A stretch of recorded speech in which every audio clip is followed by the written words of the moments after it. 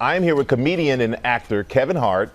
He's got a new movie out. It's called The Upside, which we will get to just ahead in a little bit. But first, we're going to talk about the Oscars controversy. He stepped down from hosting the show when past homophobic tweets and jokes resurfaced. He's been in the news ever since, and something he recently addressed. We feed in the internet trolls and we reward them. I'm not going to do it, man. I'm going to be me. I'm going to stand my ground. Regardless, Academy, I'm thankful and appreciative of the opportunity. If it goes away, no harm, no foul. And after those initial comments, he then tweeted an apology. But the controversy was back in the headlines after he appeared on Ellen last week, leading to backlash and questions surrounding the apology. So on Monday, Kevin addressed the issue on his Sirius XM radio show, Straight from Hart. Once again, Kevin Hart apologizes for his remarks that hurt members of the LGBTQ community. I apologize. I'm now moving on from this because I'm just hoping that the apology is accepted. And Kevin, thank you for being here. Thank really you, appreciate Mike. you being here, man. And you apologized. You said you were sorry, but there are a lot of people who've taken an issue to the way that you've apologized. So what do you say to that? I say I'm done with it.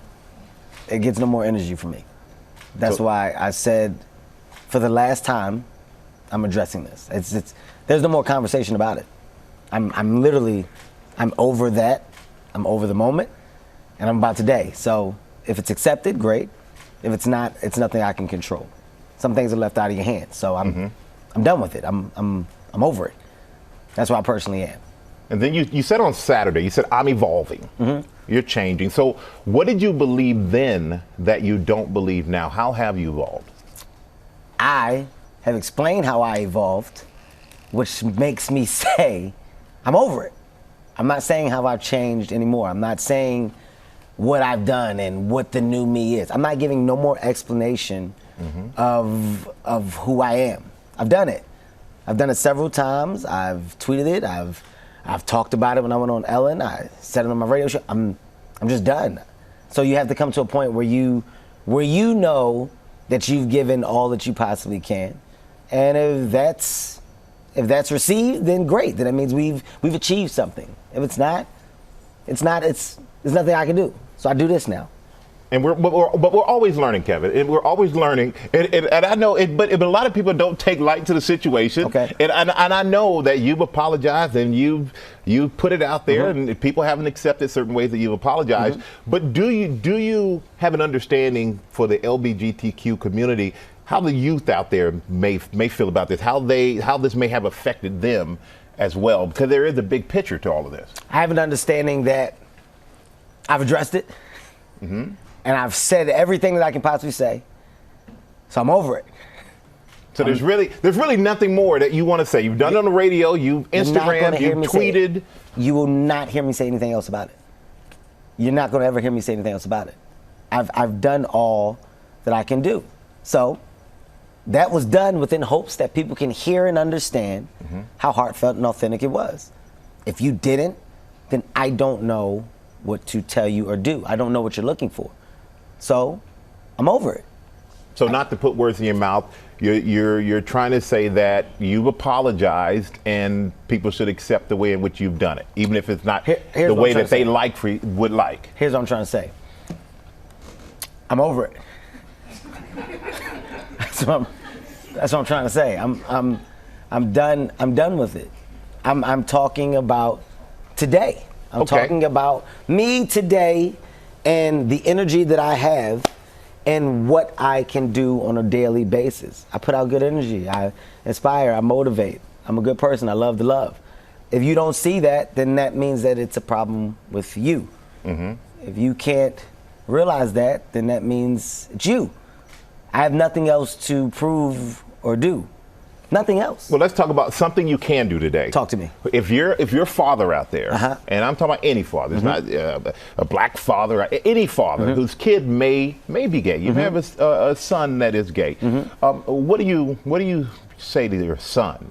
What do you say to other kids out there? Are there any message for kids here's a good in the thing. midst of all of this? Here's what you can say. Are you a monster, Mike? No. No, right? People see you on this show every day. It's safe to say that you got good energy. It's safe to say that you're a loving person. Yeah. Why would I assume anything different? Why would I ever assume anything different? Why do you have to prove that you are a loving individual? You know who you are. People closest to you know who you are. You shouldn't have to prove that. You shouldn't have to justify that. That's the position I'm in. I shouldn't have to prove who I am. I shouldn't have to prove the levels of love that I'm capable of giving. If anybody out there wants to believe that Kevin Hart is that much of a monster, that he wouldn't love somebody because of their choice in life, then all power to him. Feel and choose to think how you think. I'm not addressing it. I'm not over-delivering and over-proving myself, because no matter what you do, it may still not be received. And you'll find yourself in a position where you go, well, what else do you want? You want blood? What do you want? You want my arms? But I think that a lot of people say, well, you don't have to prove. You put out great energy. I mean, and nobody can deny that. You put out great energy. You make everyone laugh. You make everyone enjoy every room that you walk into. But once these comments are out there in the public, on Twitter or wherever they may be, then there are people who feel like, well, you have to address it. You have to show that you're not what you say you were back then, and that your beliefs are not the same. So you can say someone puts out great energy, but maybe their comments or something, and this has not been put out there in this way about them, so they don't have to prove in the way in which people expect for you to do. Here's what I would say. If there wasn't comment number one that addressed it, I would totally get it. If I didn't say that I addressed it way back then in 2008, 2009, then I would get it, but I know I did. Then I readdressed it again. Then I went on Ellen and did what I thought was addressing it. Well, were you surprised at the backlash that Ellen received from it? It shows me that there is no ending to it. If you keep feeding this energy, then it's going to grow. You're not getting no more of my energy from it. I'm not giving no more, because it showed that it's endless. So I'm not shutting down the questions. I hear everything you're saying, but I want everybody to know I'm done with it. It's a choice that I personally made to say I'm not addressing it anymore. And that's not from an angry place. It's just from a place of it's never going to really end. I'm done with it. So if people choose to continue to let it grow, then do what you got to do. And one thing I know you hear my questions. One thing I know you do is you hear my questions. And I got one final question for you. I'm doing a very good job of doing this.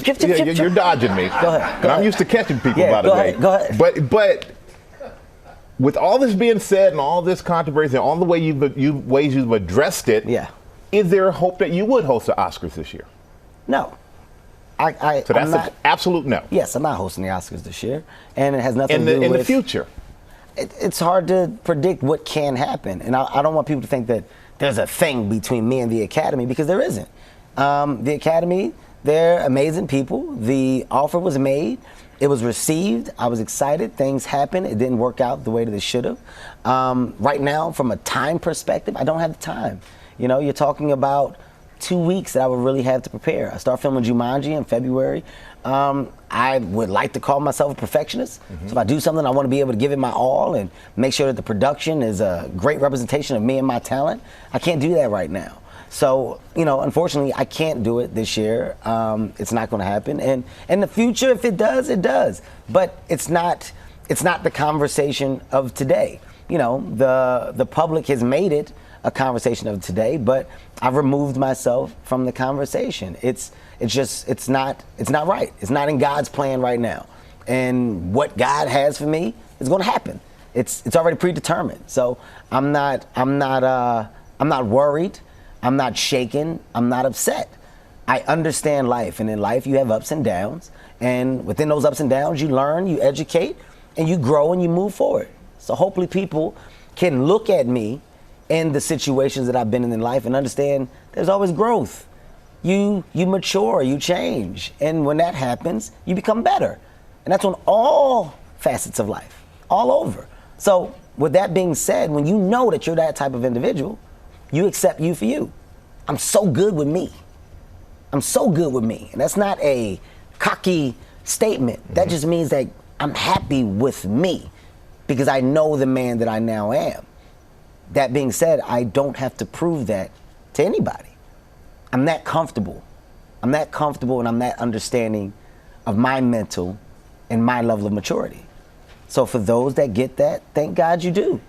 For those that don't, hopefully you will in the future. And if you don't, I guess it just wasn't meant for us to have a friendly relationship. I guess we're not in each other's lives. It's not gonna sway me either way. I don't get off on the verdict of others and how they feel. I don't live life for others. I live life for me and mine.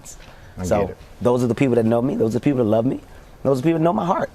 And you know me. You know you a long time. You know my heart. I know you a long time. Yeah. That's why I'm able to swerve you the way that I am up here, didn't man. swerve me. I swerved you You good. didn't swerve me. I did. I swerved you good. You When asked you me s- one question. I said, whoop. I went like this, and then you asked me another one. I said, whip, like that. Swerving. That's what it is. Kevin, you didn't swerve. We're gonna watch this back. You did not swerve at all. But one thing I got to say is that you say you can't determine the future, but you you are going to stick around. We can determine that future because it's going to talk about your new movie, The Upside. There you go. But I would thank you for sitting here Thank with you. me and talking with I me about appreciate you. this. And we are going to come back with more with Kevin Hart in a little bit.